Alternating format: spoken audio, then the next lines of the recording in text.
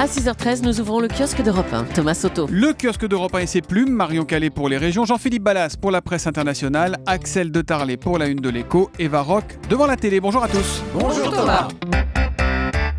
On commence avec vos quotidiens nationaux. Ce matin, il suffit de jeter un coup d'œil pour s'apercevoir que le dessein a gagné. Libération, l'Humanité ou encore Métro News affichent la une de Charlie Hebdo. Charlie, un sacré numéro, titre par exemple le gratuit. Du coup, ça en fait des journaux qui publient comme un pied de nez une caricature de Mahomet. Émotion également en une d'Aujourd'hui en France. On y voit deux policiers dans les bras l'un de l'autre, effondrés lors de la cérémonie d'hommage d'hier. L'hommage et la fierté, titre le quotidien. Mais attention, n'oublions pas pour autant que la France est en guerre contre l'islamisme radical. C'est la une du Figaro, le Figaro qui cite Manuel Valls hier à l'Assemblée. Valls, chef de guerre pour l'opinion. Pas de quoi toutefois vous faire céder à la panique, si l'on en croit en tout cas un sondage publié par 20 minutes. Plus de 74% des personnes interrogées estiment que police, gendarmerie et armée sont tout à fait capables de gérer une attaque. D'où ce titre, le constat de confiance en une de 20 minutes. La Croix s'interroge, liberté d'expression jusqu'où? Mais le dernier mot, n'en déplaise aux terroristes, n'en déplaise aux obscurantistes, il est pour Charlie Hebdo ce matin. Charlie dans lequel Antonio Fischetti titre son papier « Même pas mort ». Dans la salle de réunion, j'étais généralement aux côtés de T-News, Honoré et Elsa. Je n'étais pas avec eux mercredi dernier, car j'assistais aux funérailles de ma tante Michelina.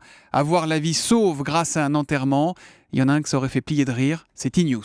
À la une des régions, Marion Calais, quelles sont les unes les plus marquantes dans la presse quotidienne régionale ce matin? Il y en a beaucoup ce matin, parce que la presse régionale signe de très jolies premières pages à l'occasion de la sortie du nouveau numéro de Charlie Hebdo. Évidemment, partout est reproduite la une du journal satirique, que ce soit avec Luz qui la tient dans sa main comme dans le journal du Centre, pour qui Charlie est toujours vivant, ou que ce soit la photo du journal à la sortie de l'imprimerie en tas, pour ces 3 millions d'exemplaires évidemment qui seront tirés comme dans la dépêche du midi. Ils ne l'ont pas tué, titre le journal de Toulouse. Alors que l'on s'interroge, Marion, sur l'état de nos prisons, la Voix du Nord nous emmène faire un tour à la maison d'arrêt de Séquedin. Oui, avec Stéphane, un prénom donné par le journal, un prénom d'emprunt donné par le journal à ce petit-fils d'Algérien qui a passé 1 an en détention, condamné pour braquage.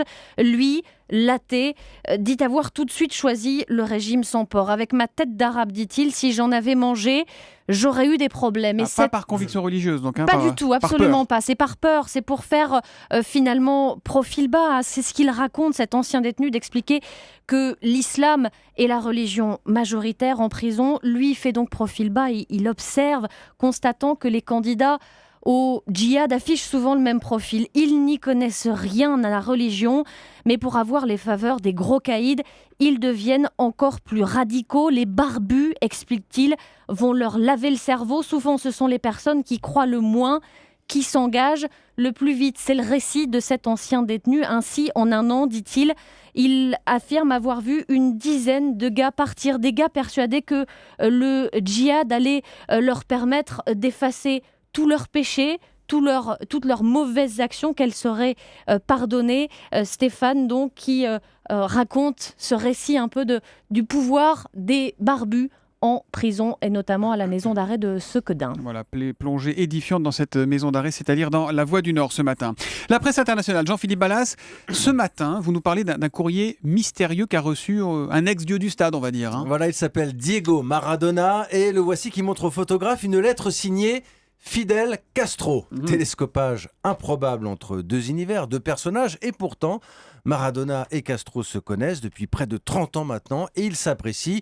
Ils ont déjà fumé le cigare ensemble, cubain évidemment. C'est le calumet ultime, ça fumer le cigare avec Fidel Castro. Alors justement, Maradona est en tournée actuellement à Cuba, il participe à plusieurs émissions télé et mine de rien, le document de 4 pages qu'il brandit, c'est un événement pour tous les Cubains parce que Fidel Castro est tout simplement invisible. Aucune apparition publique depuis plus d'1 an maintenant. Il est même mort la semaine dernière. Il a été donné pour mort absolument la semaine dernière par plusieurs rédactions. Alors vous me direz, ça c'était pas la première fois.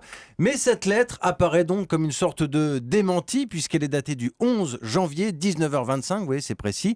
Castro n'est pas mort, il écrit encore. Sauf si c'est pas lui qui l'a écrite cette lettre. Alors ça, on la fait pas Axel de Tarlet, s'il vous plaît. Je suis bien d'accord avec vous, on n'est sûr de rien. Alors Maradona montre la lettre aux caméras, mais il la montre quand même à distance respectable. On ne sait pas ce qu'il y a dedans. On sait que c'est écrit à la main, on voit la signature.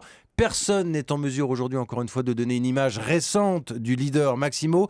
D'autant plus étonnant quand même que Cuba vit des heures vaguement historiques quand même depuis quelques temps avec le sorte de dégel rapprochement avec le voisin. avec les États-Unis. Le leader Maximo n'a rien dit. À 88 ans, on le dit toujours, très affaibli, très malade. Je suis pas sûr que ce courrier envoyé à Maradona fasse taire les rumeurs. Voilà pour Jean-Philippe Ballas qui est donc plongé dans la presse cubaine ce matin. À la une de l'Écho, Axel de Tarlé, un cadre français change d'employeur tous les quarts de siècle. C'est dans 20 minutes ce 25 matin. ans. Un cadre reste dans une entreprise en moyenne 25 ans, ce qui veut dire que sur une carrière professionnelle, en fait, on fait au mieux 2 entreprises. C'est incroyable, parce que ce sont les chiffres de l'APEC. Voilà. On s'aperçoit d'ailleurs que moins le travail est intéressant, plus les gens changent. Mais donc les cadres, c'est 4 millions de gens qui sont assez bien payés, ils ne bougent pas. Ils ne bougent pas, mais pourquoi ? Parce qu'ils ont peur du chômage ? Ah bah bien sûr, voilà, évidemment. Et d'autant que le droit du travail français fait que vos indemnités de chômage sont calculées en fonction de vos années d'ancienneté. Donc finalement, et on s'aperçoit que plus on vieillit, moins on a envie de bouger. Et puis on a peur, en plus si on change de la période d'essai, de se retrouver sur le carreau, bref, de tout perdre, ce qui fait qu'on ne bouge pas. Après 50 ans, les gens ne bougent Ce plus. que Maradona appelle le plat du pied sécurité. Quoi. On y reste. Mais en même temps, Axel, on dit toujours qu'il faut bouger, aller voir des entreprises, prendre des risques. Voilà, donc ça effectivement, vous avez raison. D'ailleurs, les chiffres le prouvent. Hein. Si vous changez d'entreprise, vous avez une augmentation de salaire immédiate de 10%. Alors que là, c'est 0% pour ceux qui restent dans la même entreprise. Donc déjà, vous avez un intérêt. Et puis, l'argument du chômage, il est ridicule parce que sur Inter, le taux de chômage chez les cadres, il n'est que de 4%. Donc en fait, vous prenez pas beaucoup de risques si vous changez parce qu'il n'y a pas de chômage chez les cadres. Hein. Et la dernière chose, c'est que, et ça c'est un drame pour l'économie française en général, c'est que c'est très important pour l'entreprise d'avoir du sang neuf, d'avoir des gens qui viennent de l'extérieur, qui justement ont un regard neuf sur votre entreprise. Donc vous voyez, c'est l'un des problèmes de l'économie française, c'est que notre droit, enfin le fonctionnement de notre marché du travail n'encourage pas assez à la mobilité, ce qui est un enrichissement dans tous les sens du terme pour tout le monde. Mais il y a des très belles carrières aussi, Voilà. avec des gens Donc- qui bougent pas. Julie, Julie, ça fait Ouais, 76 c'est pas ans. la mobilité 76 ans interne, qu'elle est ça. à Europe 1. 102 ans. 102. Attendez, vous disiez quand même, il n'y a pas de chômage chez les cadres. 4% taux de chômage chez les cadres. Ah ouais Voilà. Par Oui. contre, évidemment, quand on a plus de 40 ans pour se recaser, ça devient plus compliqué. C'est aussi ça Bah, qui fait ouais, que- mais il faut savoir prendre des risques. Allez, on va tous changer, on va tous à la concurrence. Eh bien, demain, Axel de Tarlé ne le sait pas encore, mais il ne sera pas avec nous à la télé demain matin, ce soir, pardon, sur France 2 à 20h45. Accusé, Eva Rock. L'histoire d'Hélène, c'est le sous-titre de l'épisode, c'est la nouvelle série judiciaire de France 2 qui est adaptée d'un format anglais. Alors c'est simple, c'est 6 épisodes, 6 histoires qui sont portées par 6 acteurs. Ce sont des justiciables en fait dont le destin bascule et qui se retrouvent à la barre d'un tribunal. Alors ça pourrait être vous, moi, vraiment des gens Bah, ordinaires. plutôt vous, en tant qu'affaire. D'accord, merci. Et vous allez voir, après 52 minutes d'une fiction qui est haletante, qui est construite vraiment comme un thriller, on découvre si oui ou non ils sont coupables. Alors ce soir, par exemple, vous allez voir l'histoire d'Hélène qui est incarnée par Clémentine Qu'est-ce qu'elle a Sélarié. fait, Hélène ? Alors c'est une maman qui refuse la mort accidentelle de son fils et qui décide d'enquêter sur les circonstances de ce drame. Et elle se retrouve dans le box des accusés, mais on ne sait pas pour quelle raison. Alors je vous propose d'écouter un extrait d'une interview de la comédienne et de la fiction. Son combat, c'est de rétablir la vérité, sa vérité à elle. La police t'en a pas parlé? Mais elle s'en fout, la police, elle s'en fout. Un gamin sourd volant d'une voiture sans témoin, ça leur suffit. Mais moi, je te dis, je suis persuadée que Jérémy a croisé quelqu'un. Mais oui, un salopard l'a balancé dans le fossé, ça c'est la preuve. Elle s'accroche à ça. Voilà. Et c'est son chemin à elle. Et elle est seule, elle s'enferme dans une solitude. Voilà, pour la seule interprétation de Clémentine Sélarié, je vous recommande vraiment cette fiction.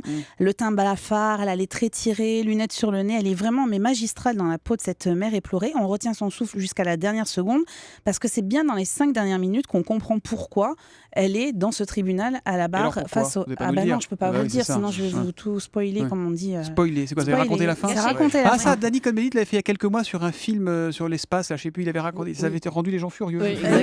Ah, moi, je je me Le souviens. jour de la sortie, boum, il avait raconté la fin. Je peux le faire si vous voulez, mais enfin... C'était Non, Gravity, non, ouais. non. Pareil, je cherche un boulot pour demain matin. Oui, vous aussi. Alors vous verrez sur les 6 La épisodes... mobilité des cadres, là, les journalistes, ça va y aller.